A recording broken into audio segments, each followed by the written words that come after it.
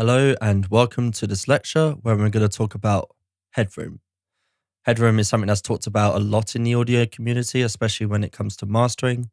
And there's a lot of confusion as to what Headroom is and how much is needed.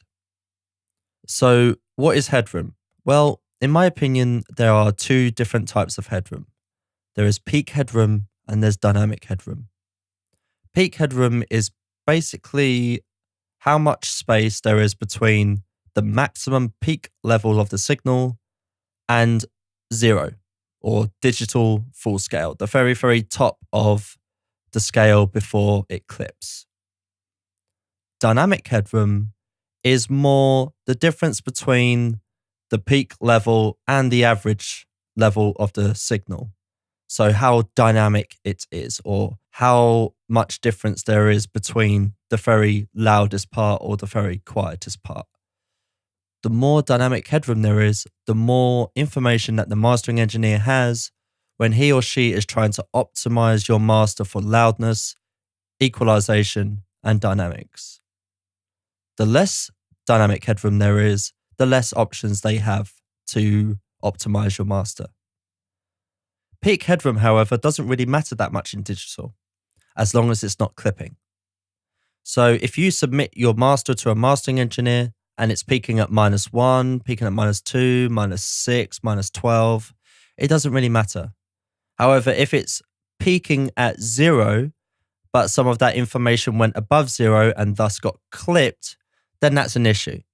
But anything under 0 is not a problem. Doesn't matter if it's -6 or minus any other number for that matter. Many mastering engineers advise to leave 6 decibels of peak headroom in your mixes before you send it to them for mastering. That is a good rule of thumb, but you don't have to aim for that specific number. They can turn it up or they can turn it down via simple gain on their end. The reason that they advise this is just to make sure that you think about your levels before you send it off for mastering. So to recap on that point, if you're mixing and your final master fader is above 0 and you're getting the red light, it means that some of that information is going above the ceiling of the digital system and thus is getting chopped off, which causes often quite nasty distortion. So I've got a mix here in this project, and I'd just like to demonstrate to you quickly how I'm measuring peak headroom and how I'm measuring dynamic headroom as the mastering engineer in this situation. So I'm just going to show you now how I tend to measure dynamic headroom and peak headroom when I'm first referencing the mixes that I get from a client. What I do is I go over to the stereo out bus and I load up as an audio effect the Logic Pro level meter under the metering submenu. And I simply set it to peak and RMS, and I simply play back the audio.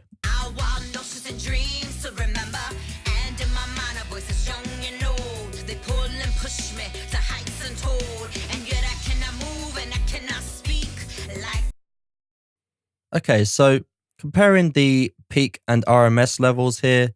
So the peak level is the very top of the waveform, and the RMS level is basically an average of the whole waveform level. So it's more in line with how we perceive the waveform, but the peak is the very top of that shape. Now here, it's telling me that I've got a good 12-ish decibels of dynamic headroom between the peak level here and the RMS average level here. This is also known as the crest factor, the difference between the peak and RMS level.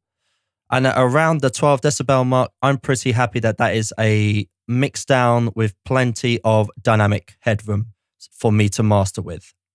However, if it was 3 or 4 decibels, which does happen at times, I wouldn't solely base my decision on going back to the mix engineer and saying you need to adjust that just based on those numbers. But it might tell me, it might give me something to look at and go, okay, is that a bit too crushed? Can I work with that? Or am I going to have troubles when I'm trying to apply some EQ, compression, or limiting in my mastering stage. However, for a mix like this, I've got plenty of peak headroom and I've got plenty of dynamic headroom to work with. So just to summarize, what we looked at here in this video is the difference between peak headroom and dynamic headroom and how to measure that using Logic Pro's level meter plugin.